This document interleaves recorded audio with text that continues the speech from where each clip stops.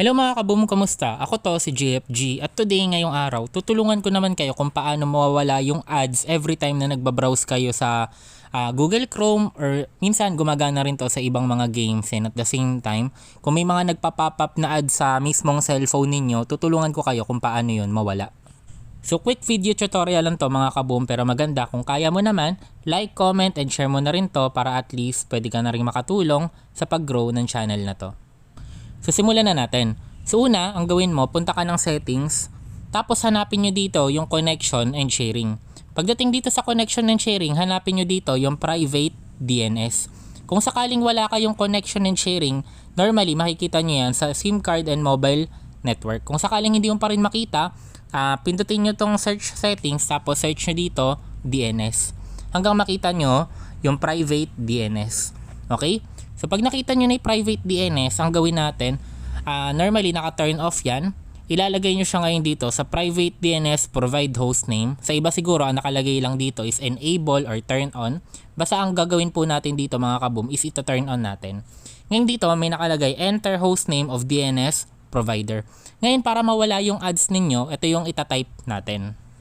Lagay natin dito dns.A@guard.com. So ito yung magiging DNS natin. Lalagay nyo ulit sa private DNS provider hostname, tapos itatype nyo dns.adguard.com. After nyan, kiklik nyo yung save. Okay? Ngayon pag nag-error yan, pakitaan ko kayo. For example, may error kayo. Pag may mali kayong ginawa, may magno-notify dyan. Kuwari ito kulang, save natin. Nakikita nyo, no internet access. Pag ganyan yung nag-appear, ibig sabihin may mali kayong ginawa. Okay? Pero pag kunwari, tinype natin yung tama, okay, .com, wala mag-a-appear na ganun. Nakita nyo nawala yung nasa taas na icon na nag-error. Ibig sabihin, working yun sa inyo. Okay? So, ang maganda rin dito mga kaboom, hindi naman magbabago yung internet speed ninyo.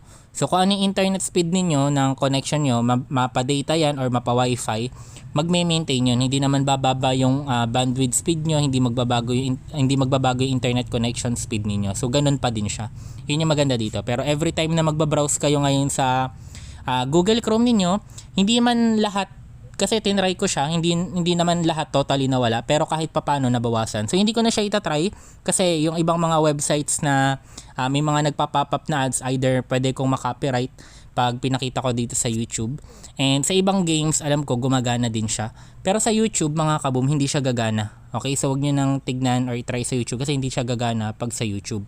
Pero yung mga nagpa-pop up sa phones ninyo, yung biglaan may mga nagpa-pop up, pwede nyo i-turn off yun manually, pero pag tinry nyo yung gawin yung connection na dns.adguard.com, yung mga nagpa-pop up sa phone ninyo na mga ads, mawawala yun. So yun lang mga kaboom, sabi ko nga quick video tutorial lang to, sana nagustuhan ninyo.